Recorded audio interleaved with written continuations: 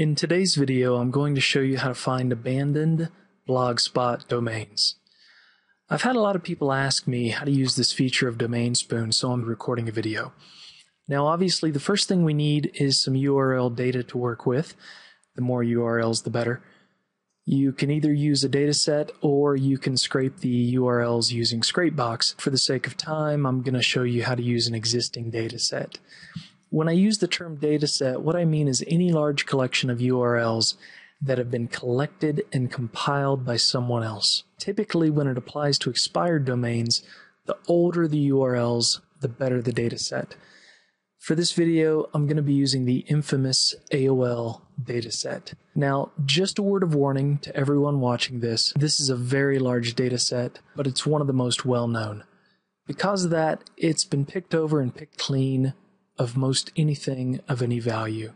You're probably much better off using other datasets that you find yourself or using Scrapebox to scrape for URLs. For this video, I've compiled all of the AOL dataset URLs into one very large text file. Okay, now I've also opened this dataset in TextPad already. I could have opened it in Notepad, but it seems to take a lot longer. Plus, TextPad will show me the line numbers so that I can have an idea of how many URLs I'm dealing with. Now, this file was previously filtered for duplicates, so I don't have to do that right now because it's already been done. But if you need to do that, you can do that in Scrapebox. What you're going to do is take the first million in the list of URLs from this text document and copy and paste them into Scrapebox. Scrapebox can only manage 1 million domains at once, but 1 million is still a lot of URLs, so depending on the speed of your computer, this still may take a while.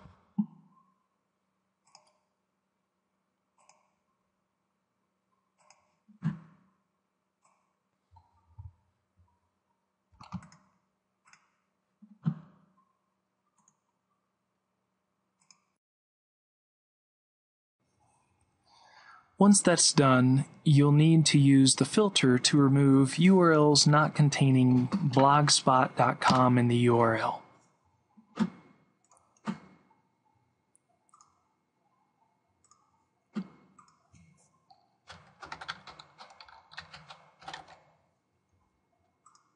You'll be left with a list of subdomains containing the phrase blogspot.com.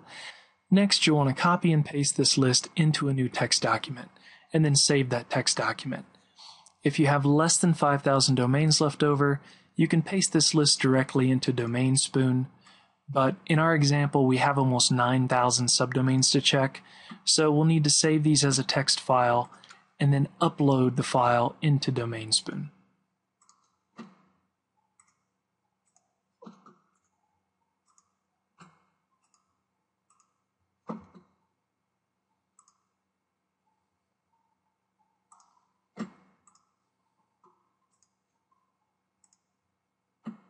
The first thing we need to do is check these domains for availability. You know that a domain is available when you type the Blogspot subdomain into a browser URL field and you see this. Now this is where Domain Spoon really shines because you can check the availability of all these Blogspot subdomains with one click.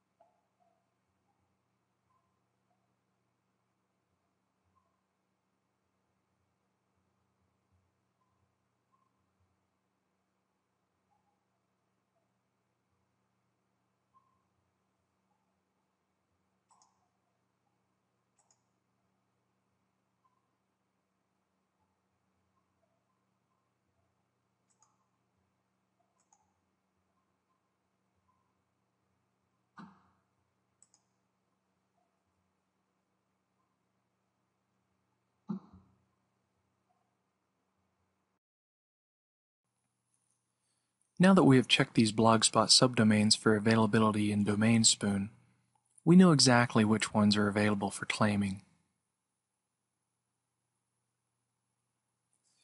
The next step, of course, is checking the metrics with the Mozscape API, which pulls the Open Site Explorer metrics into the application.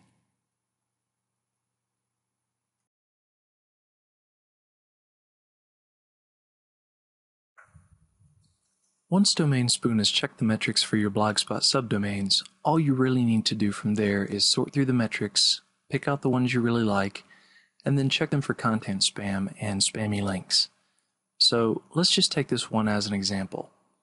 This domain is coffeesweats.blogspot.com. Now, I've already looked this domain over in the Wayback Machine, and this domain seems to have been the legitimate blog of a college student named Rebecca who used it as a daily online journal. But it seems that September 30th, 2007 was the last time the site was spidered by the Wayback Machine. It doesn't look like there were any updates until July 2011, but if you look at how the blog existed in July 2011, it looks totally different from how it used to. I think that it must have turned into some sort of auto blog because the titles of each blog post don't even make much sense. After that, it was either reported for spam and removed by Blogspot or taken down by the new owner. And I'm only telling you this so that you'll understand that just because a subdomain looks good on paper, it may not actually be worth reclaiming.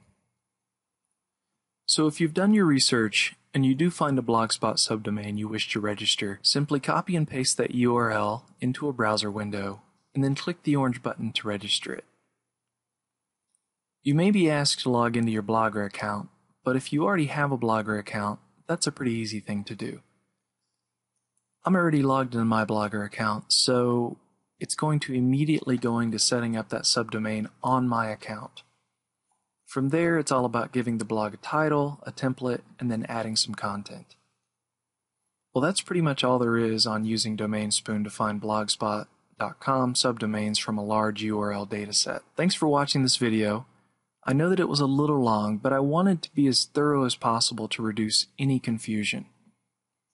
If you have any questions, please leave me a comment and I'll get back to you as soon as I can.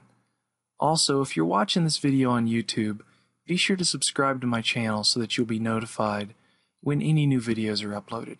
Again, thanks for watching.